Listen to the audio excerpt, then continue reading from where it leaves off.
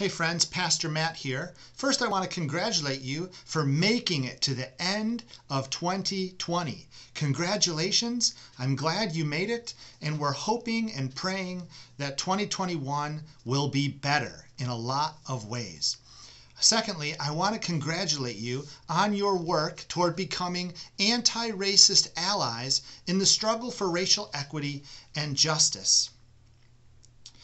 One of the things we learned in 2020, the things that we've seen and heard, witnessed, and maybe even participated in this year, is how serious the problem of racism and racial injustice really are in our society. This is hard work. It's inner work. It is soul work that requires that we have tough conversations with ourselves about our own racialization, our own sense of whiteness, privilege, prejudices, biases, and fragilities. For me, I didn't know what it meant to be a white man in a racialized society until just a few years ago. I was confronted with that reality in a very diverse anti-racism training that I went to in Atlanta, Georgia. I realized that I have experienced many invisible benefits as a white man and continue to unpack what that means for me and for my children and for my black and brown neighbors.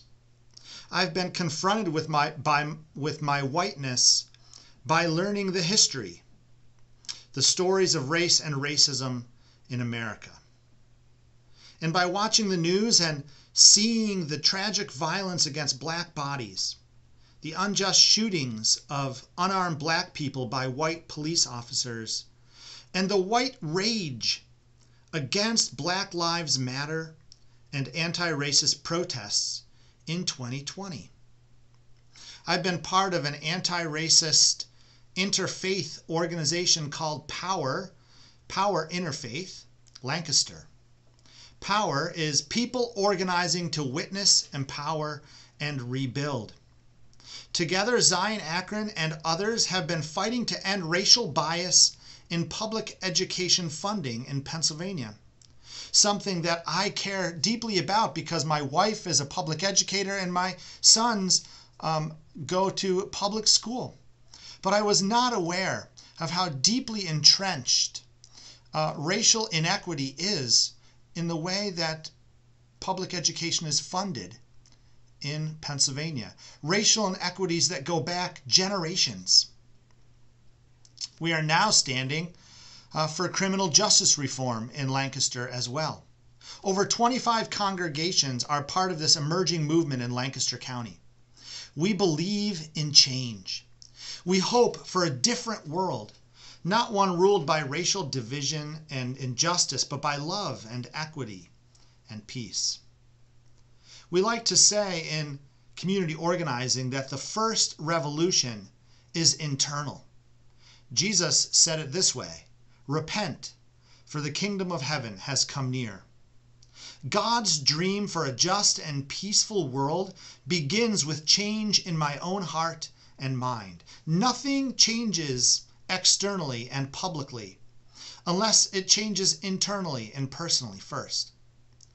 We change by being open to learn, sometimes by careful examination of our own struggles and shortcomings.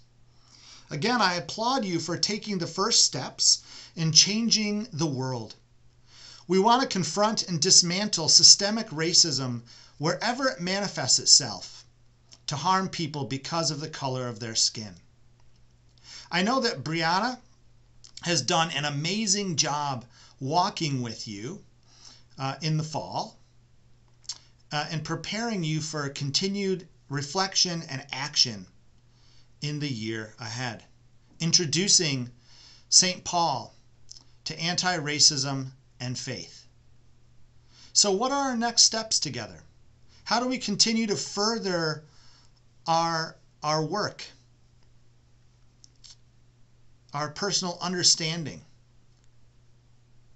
And how do we take action commensurate with anti-racist change?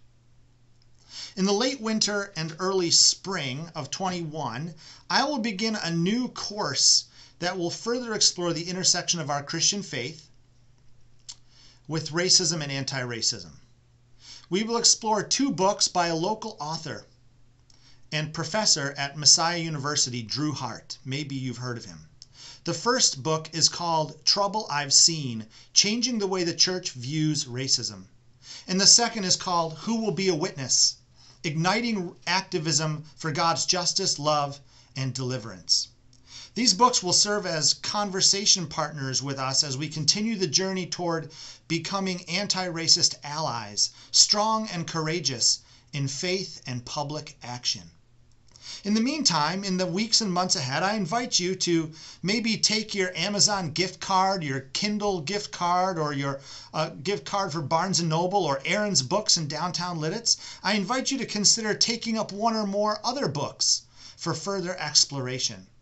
I recommend Ibram X. Kendi's book, Stamped from the Beginning: The Definitive History of Racist Ideas in America, or White Rage by Carol Anderson, or The Warmth of Other Suns by Isabel Wilkerson. All 3 of these focus on the history of race, racism, whiteness, and anti-racism in our country. And they are critical for understanding the ground on which we walk and the ways in which we are all formed and socialized racially in the United States. Also, there is a book by Drick Boyd called White Allies in the Struggle for Racial Justice. It's a good reminder that white people have always played a role in racial justice, from anti-slavery and abolition to civil rights and Black Lives Matter marching today.